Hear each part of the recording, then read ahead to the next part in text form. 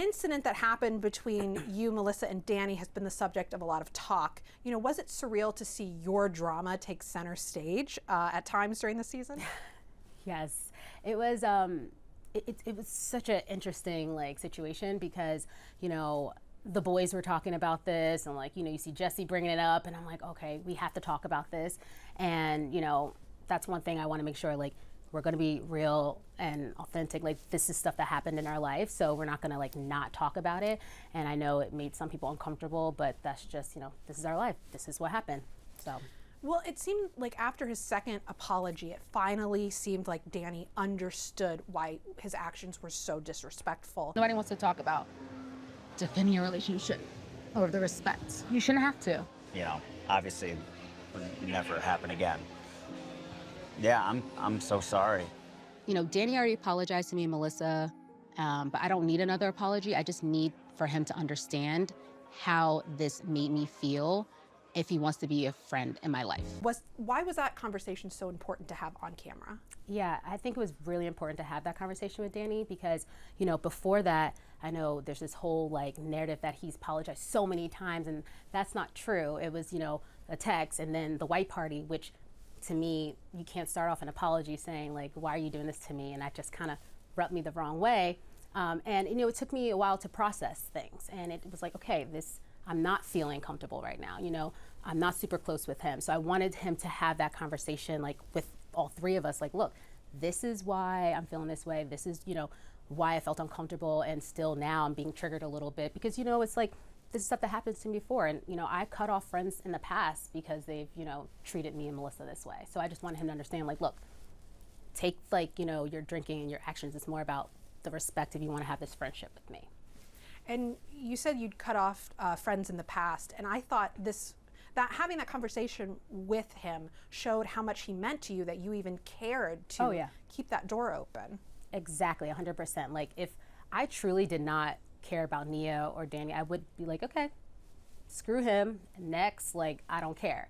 But I do think he's a good guy, and I saw that there's potential of having a friendship there, and I just need him to understand.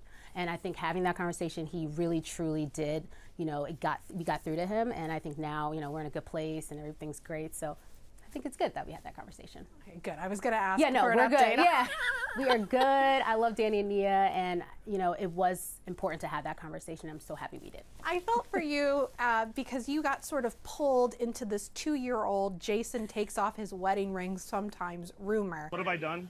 I heard a rumor that a year ago or so, Jasmine heard that you take your ring off sometimes at bars.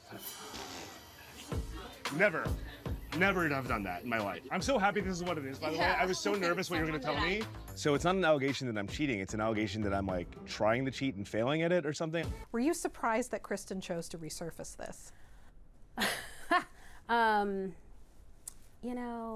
Again, you never know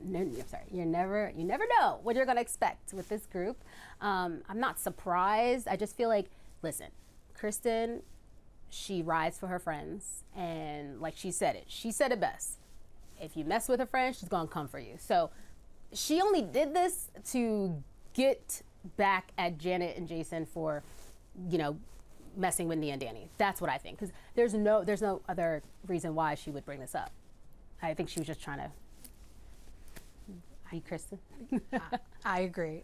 Can you walk me though through how this whole rumor started? Oh man.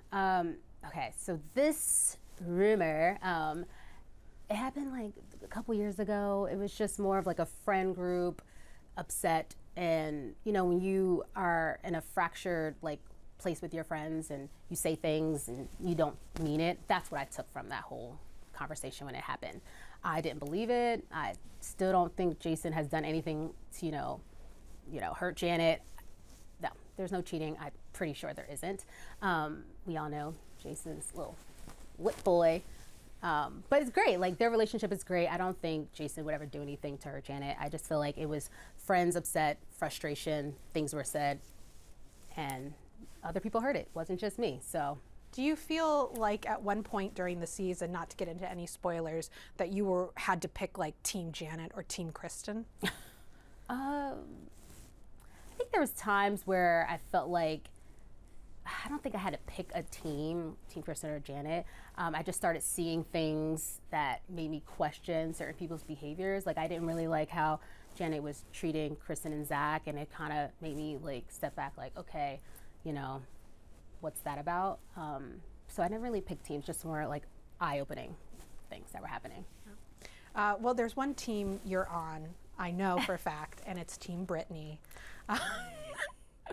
Yes. I think you were all of us when we found out that Jax had not paid the mortgage since May. What? He has not paid our mortgage since May. He what? Since May. He never asked me for help. He never told me anything. He never did anything. And then he goes and signs a lease. Can you walk us through that moment? Oh man, when Britney, dropped all this Jax information on me, I was just blown away because I know he's an idiot, but like, what are you doing? Like it was just like one thing after another with him. And it's like, she just can't win. It's like, when is it ever gonna she's gonna have some peace in her life. And I just, at that moment when she was telling me all this information, Jack's not paying this or that, I was just like, why are we even in this bar right now with his name on it? Like, let's throw everything out. Let's start over, like, get him out of your life. It's just another Jax thing to add to the list. Do you think there's a world where Britney and Jax can eventually reach a good co-parenting place? Oh man, I don't know. I think Jax and Britney, they're just always going to have some kind of like issue because Jax, I think it's all on him. Britney's ready to move on and move forward with her life and everything, but Jax is the one that just brings like this negative energy and just bad, toxic behavior around her. And so if he can change that, maybe there might be some future for them. But right now, no. I want to talk about Zach. Obviously, I love your two's friendship. Have you ever picked anyone up from LAX before? No, the only person I ever pick up from the airport is Melissa. That's it. Everyone else, you're getting an Uber. Yeah, nope. Zach is very lucky. I love him, and I know he would do the same for me. Mm-hmm. And, he seems to be going through his own issues with Britney. Britney, I need your help. That's all I want. As a friend with both of them, how difficult was it for you to watch that? It's been really like tough watching Zach and Britney have this like frustration in their relationship because I know how close they are and how much he loves her and I know how much she loves him. And I just think that right now Britney has been going through so much that like she's just like her brain, she's just spread thin. She's like, I can't handle, dealing with you, Zach, and your drama with Janet and Janet's drama with Zach. So I think it's been hard for Britney to navigate like being a good friend plus like trying to take care of Cruz and deal with this Jack stuff. So it's been really tough like watching them go back and forth, but I know they're gonna be fine. They always bring it back. I know you're Zach's bestie, so I have to ask, what is the deal with the Monster Energy drink mini fridge on his kitchen counter? Oh my God, Zach has had that fridge forever. He's a monster boy. He just loves it. That's all it is. He just loves that fridge, and it's so Zach. Yeah. Is it just a Monster Energy drink in there? Is it? There's no monster. There's no monster drinks in it. It's just a fridge. He uses for like, I think his liquor's in there. Maybe some like Red Bulls, but not even like a monster drink. But he just loves the fridge. Well, everyone has seen the Valley reunion seating chart. How do you feel about the order overall? I thought it was great. The seating chart. Look, this is my first reunion. I was just happy to be there, like excited, nervous. I didn't care where I was sitting. But yeah, I know everyone gets all like upset about the seating charts, but I thought it was great. I was next to my bestie. It was good. And I know you can't say much, but do you feel better or worse having gone through the reunion? Ooh, I feel like the reunion for me, I blacked out because I don't remember much. I feel like it was just kind of overwhelming for me. I was nervous, I was scared, but at the same time, I think that we got through to everything that we wanted to talk about, and I think everybody hit their points. So I think we did good for our first time. Yeah. And did you address everything you needed to? Yes, I did. I wish now we kind of had the reunion just because I feel, people are starting to do podcasts and you're starting to get, I'm like, wait, you weren't saying that. Now you're saying this. But I think, I got everything out I wanted to say. I think we, talked to the right people I needed to talk to, and now we're all good for now. What can you tease about the rest of the season of The Valley? I tease. Gosh, it's gonna just, okay, I would say there's gonna be some more drama, of course, but there's gonna be some fun.